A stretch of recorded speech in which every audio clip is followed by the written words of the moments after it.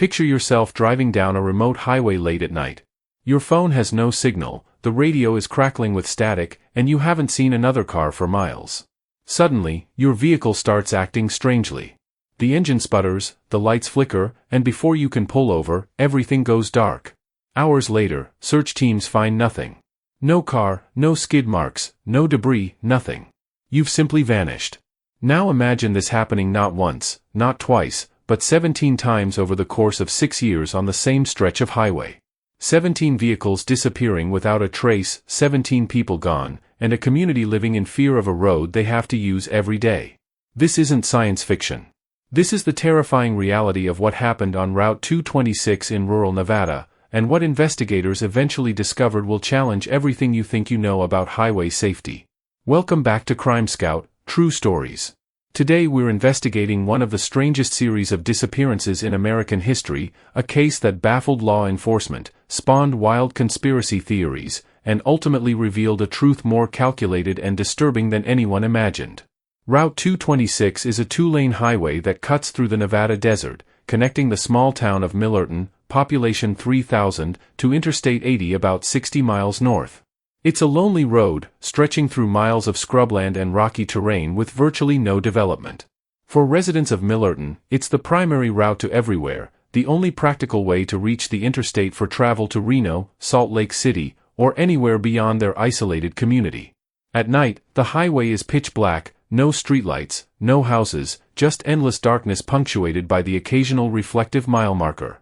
The disappearances began in April of 2014.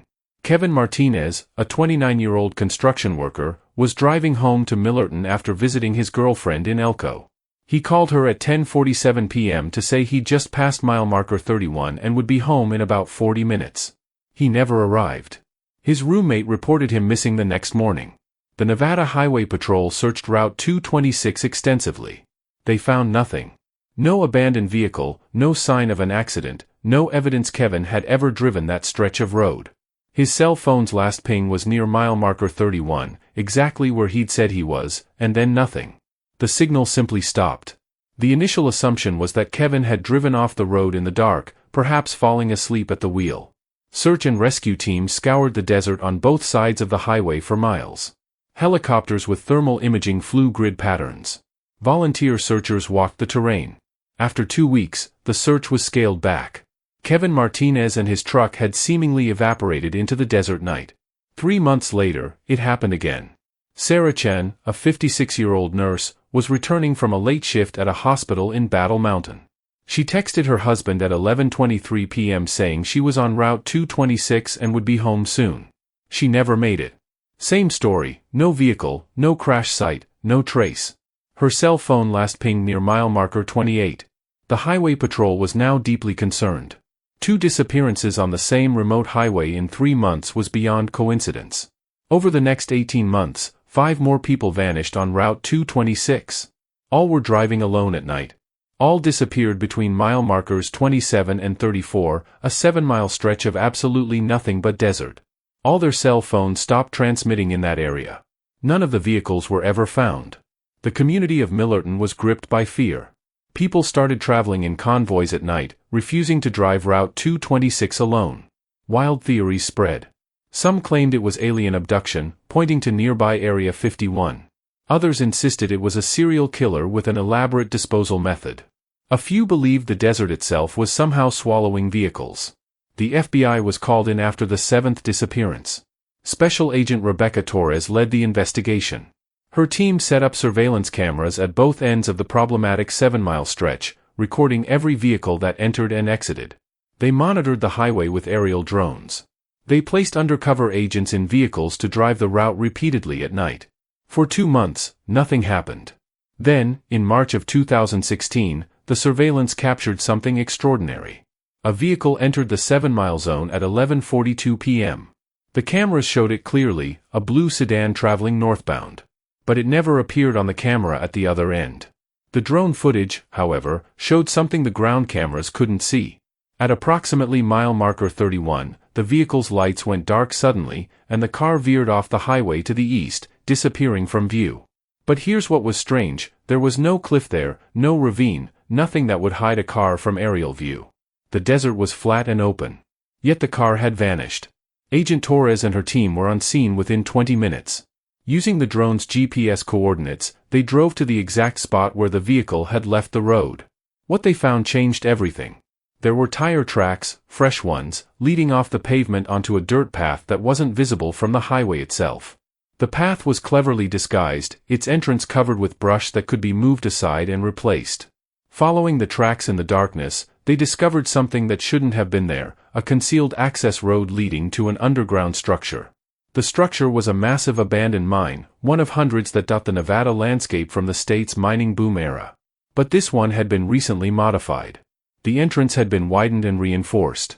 Inside, the tunnel descended sharply into a huge cavern that had been converted into something unbelievable, a chop shop operation unlike anything law enforcement had ever seen. Inside that cavern were 6 of the missing vehicles in various states of disassembly. Hydraulic lifts, cutting torches, part storage, a complete auto theft and dismantling operation hidden 100 feet underground. And sitting in a makeshift office carved into the rock were 2 men, brothers named Russell and Dale Beckman, both with extensive criminal records for auto theft and fraud. What investigators pieced together was diabolically clever. The Beckman brothers had set up a device on that stretch of Route 226 that emitted a powerful electromagnetic pulse, strong enough to disable modern vehicles' electronic systems. Cars built after 2010 are essentially computers on wheels, and a targeted EMP can shut down everything: engine, lights, power steering, brakes. When a vehicle entered the kill zone, usually between 11 p.m. and 3 a.m. when traffic was lightest, they'd trigger the device from their hidden position. The car would die instantly, rolling to a stop. The driver, confused and stranded in pitch darkness with no cell phone signal, the EMP also disrupted that, would typically get out to investigate. That's when the Beckman brothers would approach, posing as good Samaritans who'd seen the car in distress. They'd offer to tow the vehicle to a garage in Millerton. The grateful, stranded driver would accept. But instead of going to town, they'd tow the car to the hidden mine entrance. What happened to the drivers is the most disturbing part. Once at the mine, the victims were held at gunpoint, forced to sign over their vehicle titles under threat of being left in the desert to die. The brothers would forge additional documentation, change VIN numbers, and prepare the vehicles for illegal sale or parts harvesting. The victims were then driven to a bus station in Reno or Salt Lake City, given a small amount of cash, and threatened that if they reported what happened, the brothers knew where their families lived. Most victims, traumatized and terrified, complied with the silence. But not all victims stayed quiet, and that's where the case turned even darker. 3 of the 17 missing people, Kevin Martinez, Sarah Chen, and a truck driver named Thomas Wade, had resisted or threatened to go to police despite the threats. Forensic evidence found in the mine suggested these 3 had been killed. Their bodies were eventually recovered from a sealed-off section of the mine shaft, buried under rocks and debris.